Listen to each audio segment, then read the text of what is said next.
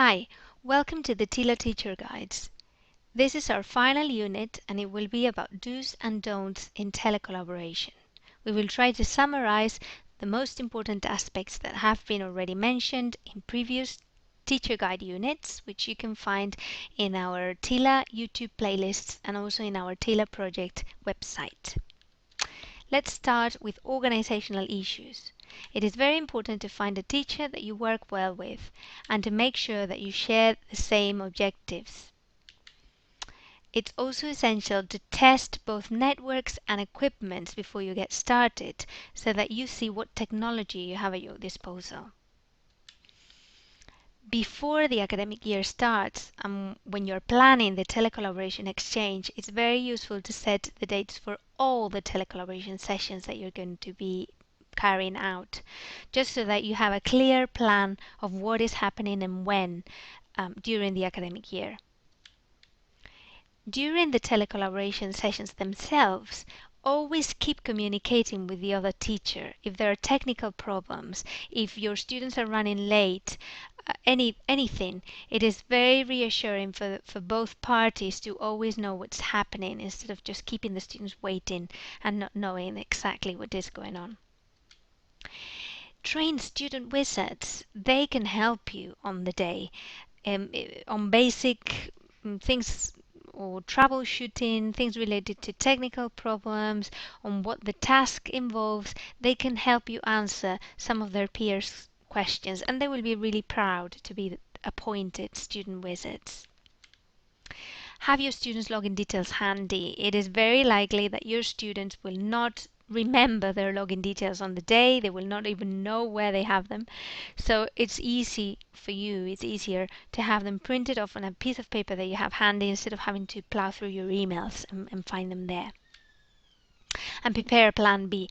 Just in case there are technical problems, try and always have a plan B ready. Technical issues. If you're using voice-based tools, it's very important to check with your IT department before you get started that the relevant firewalls have been opened. Otherwise, a voice may not work. Always use a fixed internet connection instead of Wi-Fi, because Wi-Fi networks are usually not stable enough for a voice-based telecollaboration. However, this always obviously will depend on the network that you have in your school. Use USB headsets instead of the integrated microphones and the integrated loudspeakers. The sound will be much better, and the USB connector seems to be better for telecollaboration for some reason. There are not so many technical problems related to this aspect. If you are in a computer lab, try and get your students to sit as far apart from each other as possible so that there is no interference and the microphones are not picking up somebody else's voice input. And have a maximum of 8 to 10 pairs working simultaneously, just to avoid excessive noise and also to make sure that your network is going to cope. Pedagogical issues.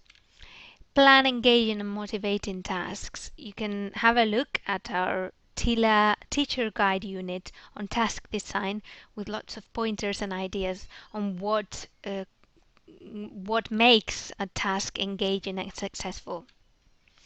Remember that session 1 should always be on getting to know each other. Students need that time and that space to be able to exchange information about each other and knowing who it is that they're actually talking to. It's a good idea to prepare a worksheet that will guide the task so that the students know what the focus is and what it is that they're being asked to do. Pair your students up according to their profile. It's a good idea to exchange some information, brief information with the other teacher about the level and personality of your students so that you can pair them up accordingly. Try and avoid, where possible, groups of 3. If you don't have a choice, then choose those students carefully. Make sure that their language competence is the same so that no one gets left behind if there are 2 students that are more competent, so that the third student can keep up with the pace of the conversation, and try and avoid including disruptive students in these groups of 3 because they tend to be a bit more difficult to manage. Always keep the same student pairs. This will benefit them in the long run because it will help them forge a relationship with their partner, and it will give them confidence when it comes to using the target language. Teach them basic netiquette, things like how to greet their partner when they first come online, how to say goodbye and warn their partner that they have to go, how to communicate that they have technical problems, etc. Prepare your students with a pre-task, whether it is vocabulary, grammar work, reading activities, whatever you think that is necessary for your students to be able to complete the task successfully. And always conclude the telecollaboration unit with a post task that will wrap things up, a nice product that will be obtained after having completed the main task. And finally, don't panic if technical problems arise. Just try and deal with them in as calm a way as possible.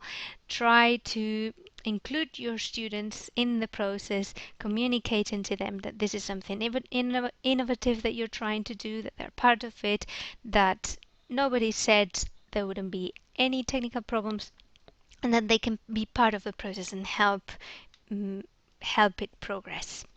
Thank you.